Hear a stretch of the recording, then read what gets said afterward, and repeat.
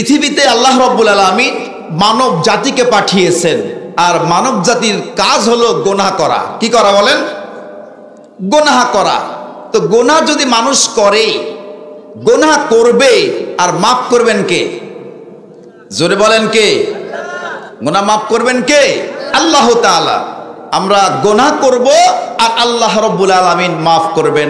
কিন্তু সম্মানিত ভাইয়ার আমার, আল্লাহ তাআলা বললেন, বান্দারা তোমরা ওত পেতে বসে থেকো না, আড়ি পেতে বসে থেকো না, আজান হয়ে যাওয়ার পরে বসে থেকো না, তোমরা ভালো ভালো কাজের আঞ্জাম দিও। ঠিক না বেঠিক? সম্মানিত ভাইয়ার আমার, আল্লাহ রাব্বুল আলামিন তার হাবিবকে জানায় দিলেন, ইয়া রাসূলুল্লাহ, ইয়া হাবিবাল্লাহ, আপনি মানুষের মাঝে ওয়াজ করে দিন, যেন মানুষেরা যারা গুনাহ করেছে তারা যেন রাগ করে বসে না থাকে। আপনি তাদেরকে ডাক দিন। আল্লাহ পাক বলছেন, ওয়াসারিউ ইলা মাগফিরাতিম মির রাব্বিকুম ওয়া জান্নাহ। আল্লাহু আকবার। আর একটু আস্তে বলেন, আল্লাহু আকবার। মুসলমানিত্ব নাই, গলা দিয়ে আল্লাহু আকবার বাড়াবে কেমনে করে? আজকের এই রাতটা আপনার জীবনে নাও আসতে পারে। চোখ বন্ধ করবেন তো চোখ খুলে দেখবেন উপরে কবরের খাপাসি বাঁশগুলো তাকিয়ে আপনার দিকে আসে। সেই দিন কিন্তু হাজারো বার চেষ্টা করলেও এই পৃথিবীতে ফিরে আসা সম্ভব নয়। আর মানুষের অভ্যাস খাওয়া, এই যে খাওয়া খাচ্ছে, তারপরে রাস্তা দিয়ে আসার সময় দেখলাম বাজার, মেলা মেলা। এই মেলা থাকবে না বাবা, দুনিয়ার মেলা থাকবে না, চিরস্থায়ী নয়। সম্মানিত বন্ধুগণ আমার, আল্লাহ রাব্বুল আলামিন তার হাবিবের মাধ্যমে গোটা পৃথিবীর মানুষদেরকে ডাক দিয়ে বললেন, তোমরা দ্রুত অগ্রসর হও তোমাদের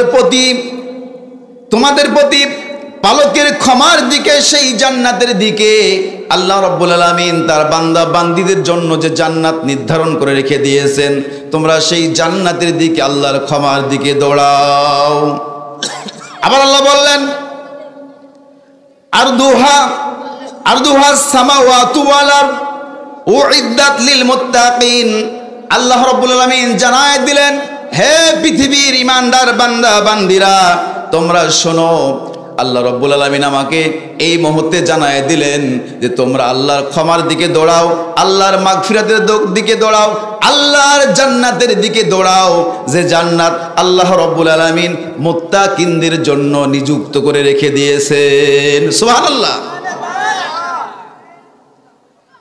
সেই জান্নাতের বিশালতা, প্রশস্ততা কত বড়! আল্লাহ রাসূল সাল্লাল্লাহু আলাইহি ওয়াসাল্লাম বলে গিয়েছেন, হে আমার উম্মতেরা, তোমরা শোনো, একজন ছোট্ট ইমানদারদেরকে এই দুনিয়ার সমান, এই দুনিয়াকে 10টা ভাগ করলে যত বড় হবে, এই 10টা দুনিয়া সমান একটা জান্নাত আল্লাহ রাব্বুল আলামিন বান্দা বান্দি তোমাদেরকে দিয়ে দেওয়া হবে।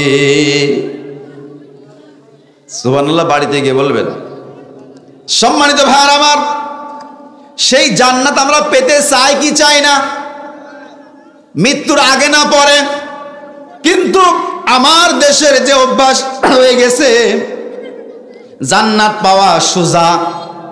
আমরা যারা ইমাম সাহেব রয়েছি, বাবা মারা যায়, মা মারা যায়, আত্মীয় স্বজন মারা যায়, মারা যাওয়ার পরে হুজুরদেরকে ডাক দেওয়া হয়, রুটি আর হেলান সেমাই রান্না হয়।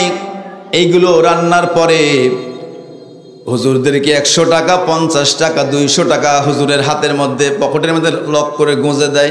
60ও করে না হুজুর, ঠিক না?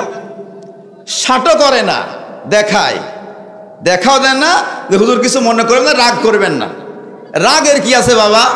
তোমার বাবা মরে গেছে, আমার দোয়া করতে ডেকেছো, তোমার বাবা জান্নাতে কি জাহান্নামে যেতে আমার কি যায় আসে নাকি? বলেন, যায় আসে না।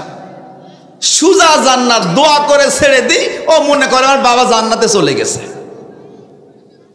এখান থেকে বেরিয়ে আসেন।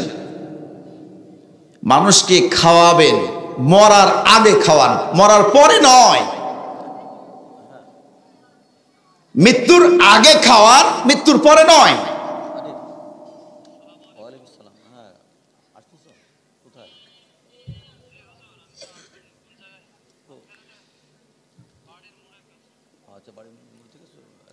সম্মানিত ভাইরা আমার, তাহলে আল্লাহ রাব্বুল আলামিন জান্নাত নির্ধারণ করে রেখেছেন কাদের জন্য বলেন? জান্নাত কাদের জন্য নির্ধারণ করে রেখে দিয়েছেন? মুমিনদের জন্য, মুত্তাকিনদের জন্য। তাহলে মুমিন মুত্তাকিন হওয়ার দরকার আছে না নাই? এই আয়াতে কারিমা যখন নাজিল হয়ে গেল, নাজিল হওয়ার সঙ্গে সঙ্গে সাহাবার উপস্থিত রয়েছেন। আল্লাহর নবীর সাহাবা হযরত ওমরের কথা তো সকলে জানেন। ওমর এমন একজন মানুষ ছিলেন, এই ওমর যখন রাস্তা দিয়ে যেতেন, ওই রাস্তা দিয়ে 40 দিন পর্যন্ত শয়তান হাঁটতো না, ঠিক না বেঠিক? তাহলে সেই ওমরের মতো যদি একজন ইমানদার গোটা পৃথিবীতে থাকতো, তাহলে বর্তমান জামানার নব্য ফেরাউন, নমরুদ, ডোনাল্ড ট্রাম্পের ক্ষমতা ছিল না, মোদির ক্ষমতা ছিল না মুসলমানের দিকে আঙ্গুল ওঠায়, ঠিক না বেঠিক? মুসলমান চেতনা হারিয়ে ফেলেছে। আজান হয়ে যায়, চার্চে বসে থাকে, মসজিদে পাওয়া যায় না, ঠিক না বেঠিক? কিন্তু মসজিদে যাওয়ার জন্য ভাই 100 বছর হয়ে গেল। তাবলীগ জামাতের ভাইয়েরা নিজের খেয়ে নিজের পরে আপনাদেরকে আমাদেরকে আহ্বান করে, ডাকে। মসজিদে মানুষ কম না বেশি? এত ডাকার পরেও কিন্তু মানুষ আসে না। এই মসজিদে মুসল্লি বাড়ানোর জন্যই আল্লাহ রাব্বুল আলামিন এমন একটি আয়াতে কারিমা নাজিল করে দিয়েছেন যে আইন করলেই মানুষ ঘরে বসে থাকতে পারবে না। তাহলে সেই আইন করার মতো মানুষ আমাদের সংসদে পাঠানো লাগবে না ঘরে বসা রাখতে হবে? মৃত্যুর পরে পাঠানো লাগবে, ঠিক না বেঠিক? তাহলে ওই মানুষকে সংসদে পাঠাইতে হবে যে মানুষ পার্লামেন্টে যাওয়ার পরে প্রথম নাম্বার আইন চালু করবে, নামাজের আইন, ঠিক না বেঠিক? নামাজের আইন চালু করলে কি হবে?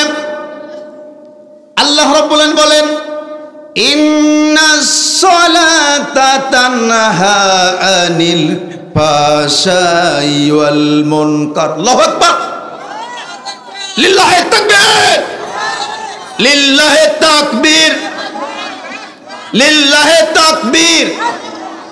আল কোরআনের আলো সংসদে জালো, কোরআন আছে যেখানে, মদ গাঁজা যেখানে, বিড়ি সিগারেট যেখানে। খুব ভালো, বিড়ি খার লোকে তো অভাব নাই। 11 বছর মসজিদে ওয়াজ করতেছি, হুজুর করতেছে প্রায় লালপুরে কমপক্ষে 15 বছর, ঠিক না হুজুর? তারপরেও কাছের মুসল্লি পাশে বসে থাকে, একটু ওত হলে দেখে। আছে না নাই? তিলকপুরে নাই? আছে। সম্মানিত ভাইয়েরা আমার, সময় একবারে কম, একদম সময় কম। তো যে কথা বলতেছিলাম, উমর রাদিয়াল্লাহু আনহু এই আয়াতে কারিমা শোনার পরেই তিনি যখন রাসূল করিম সাল্লাল্লাহু আলাইহি সাল্লামকে বললেন, ইয়া রাসূলুল্লাহ সাল্লাল্লাহু আলাইহি সাল্লাম, গুনাহগার মানুষের মধ্যে কি এই আয়াতটা আমি পৌঁছায় দিব? বলে, হ্যাঁ তুমি চলে যাও, পৌঁছায় দাও। হযরত ওমর যখন তিনি চলে যাচ্ছিলেন রাস্তা দিয়ে, পাহাড়ের পাদদেশে যাচ্ছিলেন, হঠাৎ করে একজন মানুষ হাতে কিছু সাদা কাপড় নিয়ে কান্নাকাটি করতেছেন, পাহাড়ের পাদদেশে দাঁড়িয়ে কান্নাকাটি করতেছেন। হযরত ওমর লোকটাকে ডাক দিয়ে বললেন, ভাই তোমার কি হয়েছে, কান্নাকাটি করো কেন? আমার কাছে বলো। লোকটি বলতেছেন, আমি তোমার কাছে বলবো না পথিক, তোমার কাছে বলে কোনো লাভ হবে না। লোকটা চিনতে পারে না এটা হযরত ওমর। হযরত ওমর বলতেছেন, ভাই আমার কাছে বলো না। তিনি বলতেছেন, না তোমার কাছে বলবো না, আমি এমন একজন মানুষের কাছে বলবো যে মানুষ রব্বুল আলামিনের কাছে দোয়া করলেই দোয়া কবুল হয়ে যায়। সুবহানাল্লাহ। কিন্তু নবীজি একবার হাত তুলে দোয়া করার পরেও আল্লাহ কবুল করেন নাই। আমরা যেন ওই দলে সামিল না হই। এই দলের নাম কি জানেন? মিস্টার মুনাফিক। কি নাম বলেন? মিস্টার মুনাফিক। আমাদের দেশে আছে না নাই? আছে তো। মুনাফিকির অনেক অনেক ওয়াজ, অনেক কথা আছে। প্রাথমিক পর্যায়ে বলতেছি যে মুনাফিকের লক্ষণ হলো নামাজ পড়বে, রোজা করবে, হজ করবে, যাকাত দিবে, সব কাজ করবে, কিন্তু মিস্টার মুনাফিকরা আল্লাহর কোরআন দিয়ে সংসার চলবে, এই মুনাফিক এটা চায় না। এগুলো নামাজের মধ্যেই আছে। আমাদের পিছনেই নামাজ পড়ে, কাতারের সাথেই নামাজ পড়ে। এই মুনাফিকরা কখনো কিয়ামত পর্যন্ত এরা চায় না যে সংসদে কোরআন যাক। ঠিক না বে ঠিক? এটা জানি, আব্দুল্লাহ ইবনে উবাইর কাছ থেকে আমরা জানি এটা। সম্মানিত ভাইয়ের আমার, হযরত ওমর রাদিয়াল্লাহু তাআলা বুঝতে পারলেন তিনি আমার কাছে কথাগুলো বলবেন না। লোকটাকে বললেন, চলো ভাই, যার কাছে গেলে দোয়া কবুল হবে তার কাছে চলে যাই। নবীজির কাছে আসলেন মসজিদ নববীর মধ্যে। আল্লাহ নবী বসে আছেন, সালাম দিলেন, আসসালামু আলাইকুম ইয়া রাসূলুল্লাহ। এই লোকটি বললেন, ইয়া রাসূলুল্লাহ সাল্লাল্লাহু আলাইহি ওয়াসাল্লাম, আপনি বসে আছেন, আমিও বসলাম। আমার কথাগুলো শেষ না হওয়া পর্যন্ত নবীজি আপনি উঠতে পারবেন না। নবীজি বললেন, ঠিক আছে, তোমার কথাগুলো বর্ণনা করো। এই লোকটা বলা শুরু করে দিল, ইয়া রাসূলুল্লাহ সাল্লাল্লাহু আলাইহি ওয়াসাল্লাম, আমি একটা ব্যবসা করি। বললেন, কি ব্যবসা তুমি করো? লোকটি বললেন, ইয়া রাসূলুল্লাহ সাল্লাল্লাহু আলাইহি ওয়াসাল্লাম, আমি একটি ব্যবসা করি। সে ব্যবসাটা হলো আমার এলাকার মধ্যে যে মানুষগুলো মারা যায়, এই মানুষগুলোর কাফনের কাপড়গুলো চুরি করি আর বাজারে বিক্রি করি। জাতা ব্যবসা নাকি? দামি ব্যবসা। সম্মানিত ভাইয়ের আমার, লোকটা বর্ণনা করতেছেন, ইয়া রাসূলুল্লাহ হাবিবাল্লাহ, পুরুষ মানুষ মারা গেলে কাফন হয় কয়টা? কয়টা? জোরে বলেন কয়টা? মুখস্থ করে রাখেন, সামনে আসতেছে কাফন, প্রত্যেক মানুষকেই পড়তে হবে। ঠিক না বে ঠিক? কিন্তু মেয়ে মানুষ মরলে কাফনের কাপড় হয় 5টা। আমি খুঁজে খুঁজে বাছাই করে করে আমি মেয়ে লোকদের কাফনের কাপড় চুরি করি, পুরুষদের কম করি। ইয়া রাসূলুল্লাহ সাল্লাল্লাহু আলাইহি ওয়াসাল্লাম, আমি যখন এই কাফনের কাপড়গুলো চুরি করি আর বাজারে বিক্রি করি, যে দোকানে আমি পাইকারি হারে কাফনের কাপড়গুলো বিক্রি করি, ওই বাজারে আল্লাহর এক বান্দি খেজুর বিক্রি করে, তার নিজের গাছের খেজুর বিক্রি করে। মেয়েটি পরমা সুন্দরী। ইয়া রাসূলুল্লাহ সাল্লাল্লাহু আলাইহি ওয়াসাল্লাম, এই মেয়েটিকে দেখে আমি লোভ সামলাতে পারি নাই। একবার, দুইবার, তিনবার, কয়েকদিন প্রস্তাব দিলাম মেয়েটিকে আমার সাথে ভালোবাসা করার জন্য। এখন তো যুবকেরা ভালোবাসা করে ফেসবুকে, ইউটিউবে করে। ঠিক না বে ঠিক? 2 সালের মা, 3 সালের মা, যুবক মানুষ, যুবতী মহিলা দেখতেই পায় না। যুবকেরা বর্তমানে যুবতী মেয়ে দেখতেই পায় না, খালি কার বউ 2 সালের মা, 3 সালের মা হতেই আছে। ঠিক না বে ঠিক? আরেকটি ভাইরাস আপনাদের বলে দিই, সম্মানিত ভাইরা, শিক্ষার জন্য বলতেছি যে বর্তমান সময়ে সবচাইতে একটি খারাপ কাজ হচ্ছে সমাজে তালাক দেওয়া। হুজুর ঠিক না? তালাক দিচ্ছে, দেওয়ার পরে তালাক দিয়ে 10 দিন 5 দিন না যেতেই আবার ওই লক্ষ্মীকে নেওয়ার জন্য এখানে ওখানে বাক করে কিনা? সমাজের কিছু নেতা পরামানিক এই মিলাইয়া আবার দুজনকে এক জায়গাত করে দেওয়ার জন্য আমার মতো মোল্লারে ডাকে। মোল্লারা 500 টাকার নবে চলে যায়। কপাল পড়ল মোল্লার, কাজীর, পরামানিকের আর ওদের 2 জনা। যতদিন চলবে জেনাই চলবে, জেনাই চলবে। ভাই, এই কাজটা করা যাবে না, এখান থেকে বেরিয়ে আসেন, তালাক দিলে একবারে। সম্মানিত ভাইরা আমার, তাহলে ওই মেয়ে লোকটা যেন কয়েকদিন প্রস্তাব দিল, এই মেয়েটা রাজি হয় না। মেয়েটা বাজার পরিবর্তন করলো। লোকটি বলতেছেন, ইয়া রাসূলুল্লাহ সাল্লাল্লাহু আলাইহি ওয়াসাল্লাম, যখন এই মেয়ে লোকটা বাজার পরিবর্তন করে আমিও ওই বাজারে যাই, আমি খালি প্রস্তাব দিই, মেয়ে লোকটা নাকচ করে দেয়।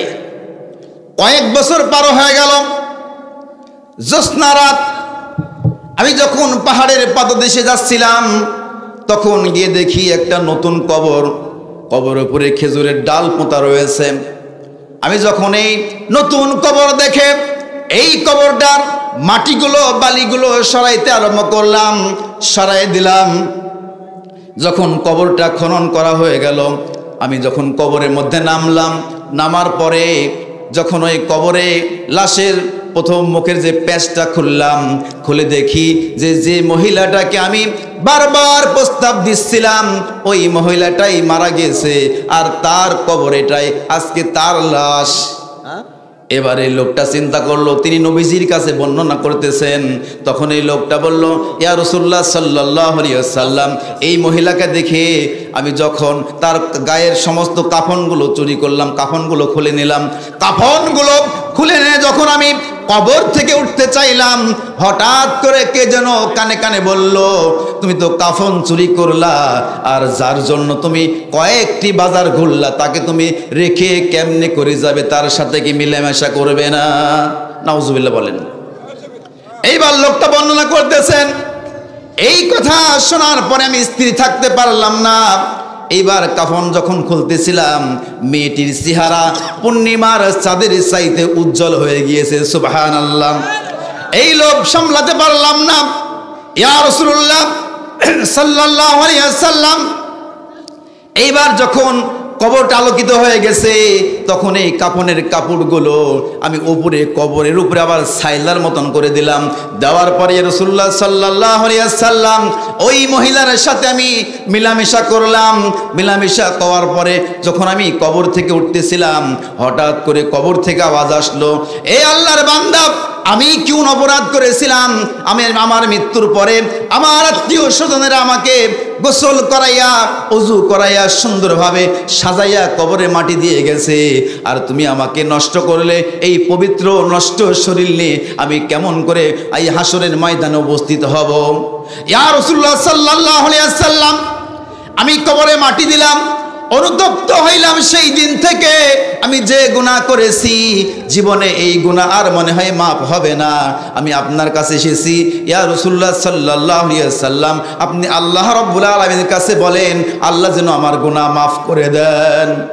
রাসূল সাল্লাল্লাহু আলাইহি ওয়াসাল্লাম হাত ধরেছিলেন, নবীজি সাল্লাল্লাহু আলাইহি ওয়াসাল্লাম হাতটা ছেড়ে দিলেন আর মুখ ঘুরায় নিলেন।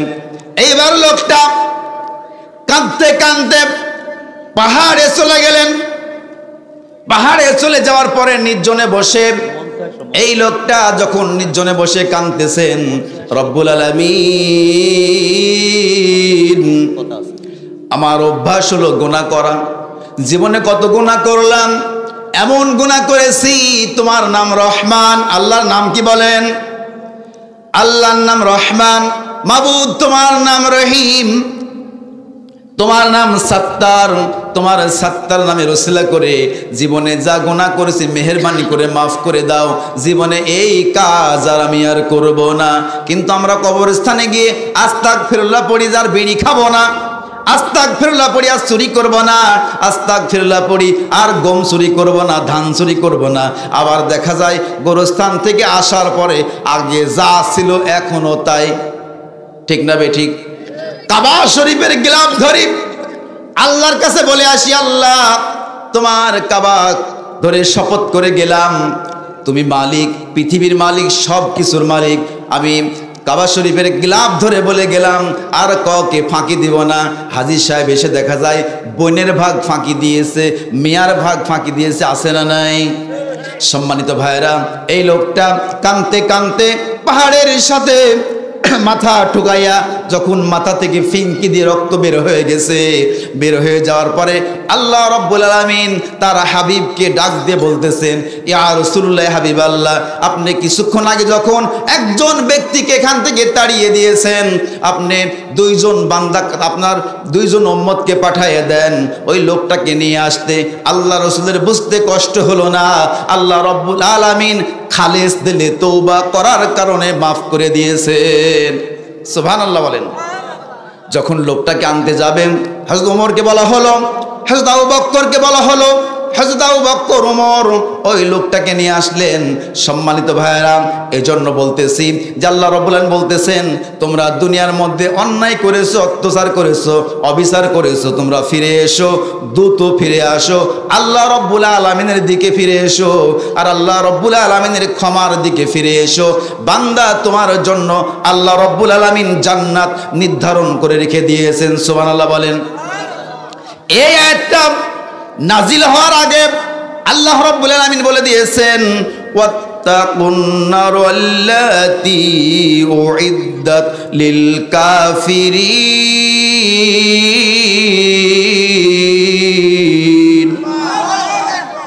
আল্লাহ তাআলা জানায় দিলেন, হে পৃথিবীর কাফেরেরা, তোমরা শোনো, তোমরা আগুনকে ভয় করো।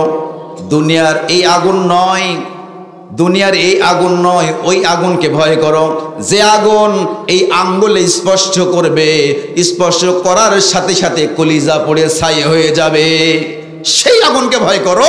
কিন্তু এই আগুন, আল্লাহ বলছেন যে আগুন কিন্তু নির্ধারণ করে রাখা হয়েছে কাফেরদের জন্য। কাদের জন্য বলেন? কাফেরদের জন্য।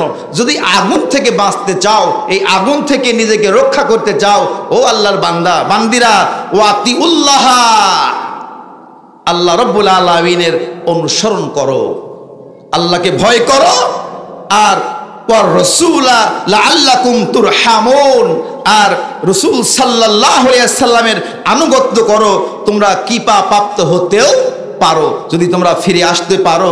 আর যদি না ফিরে আসো, তাহলে আল্লাহ রাব্বুল আলামিন কিন্তু কাফেরদের জন্য আগুন নির্ধারিত করে রেখে দিয়েছেন, আর মুমিনদের জন্য জান্নাত নির্ধারিত করে তৈরি করে বানায় রেখে দিয়েছেন। কার কথা? কার কথা বলেন? পিছনের ভাইরা বলছেন না কার কথা? তাহলে আল্লাহ কোনদিন মিথ্যা কথা বলে? আমরা মিথ্যা কথা বলি কি বলি না? মিথ্যা কথা বলি মানে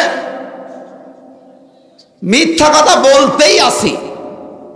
মিথ্যা কথা বললে যদি আপনাকে বলা হয় যে আগামীকাল 10টায় একটি প্রোগ্রাম রয়েছে শ্রীসুন্দরী হাই স্কুল মাঠে, যারা যাবে, যদি আমি উঠতে পারি আর ওখানে যেতে পারি, তোমার 2টা ছেলে আছে, মেয়ে আছে, চাকরির ব্যবস্থা করে দেব। আগে যাব না পিছে যাব? আগে আগে যাব। জমক ভাইয়ের চরিত্র ফুলের মতো পবিত্র, নামাজ পড়ে না এক ওয়াক্ত, ঠিক না বে ঠিক? আগে আগে চলে যাব। কিন্তু আল্লাহ বলছেন, বান্দা ওখানে না, এখানে আসো, তোমার জন্য জান্নাত তৈরি করে রেখে দিয়েছি। তোমাকে কষ্ট করে সিমেন্ট দিয়ে, রড দিয়ে, টাইলস দিয়ে এগুলো সাজানো লাগবে না, আমি সাজায় রেখেছি। তুমি ওর মধ্যে বসবাস করবে, ঢুইকা দেখো তোমার জন্য কত সুন্দর রমণী আমি নির্ধারণ করে রেখে দিয়েছি।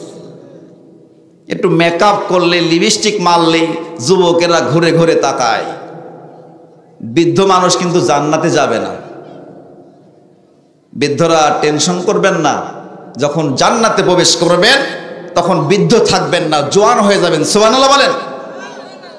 সম্মানিত ভাইরা আমার, আল্লাহ রাব্বুল আলামিন ওই 2টা আয়াত নাজিল করার আগে আরেকটা আয়াত নাজিল করে আল্লাহ রাব্বুল আলামিন জানায়, আইয়ুহাল্লাযীনা আমানু লাতাকুলুর রিবা আদআফাম মুদআফাতান ওয়াত্তাকুল্লাহা লাআল্লাকুম তুফলিহুন।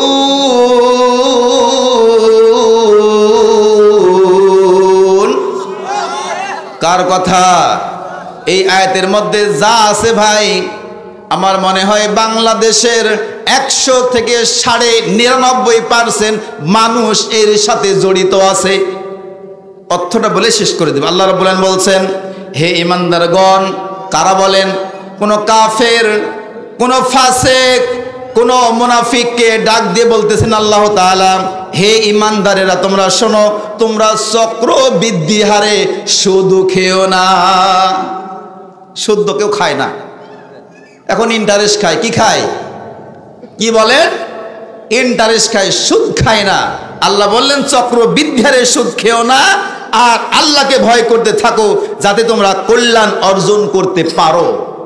সম্মানিত ভাইয়ের আমার, আজকের মাহফিলটা হলো মসজিদের উন্নয়ন কল্পে এলাকার সমস্ত ভাই বাবাজিরা, মা বোনরা যারা রয়েছেন, বাড়িতে না থেকে আজকের মাহফিলটার সাফল্যমণ্ডিত করবেন আপনারা উপস্থিত হয়ে।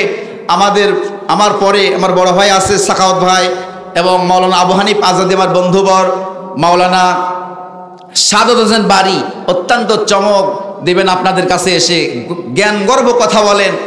গোটা বাংলাদেশের যার পদার্পণ, আল্লাহ রাব্বুল আলামিন আমাদের সকলকে কোরআন এবং সুন্নাহ মোতাবেক আমাদের জীবন চলার তৌফিক দান করুন। ওয়া মা তৌফিক ইল্লা বিল্লাহ ওয়া আখিরু দাওয়ানা আলহামদুলিল্লাহি রাব্বিল আলামিন। আসসালামু আলাইকুম ওয়া রাহমাতুল্লাহি ওয়া বারাকাতুহু।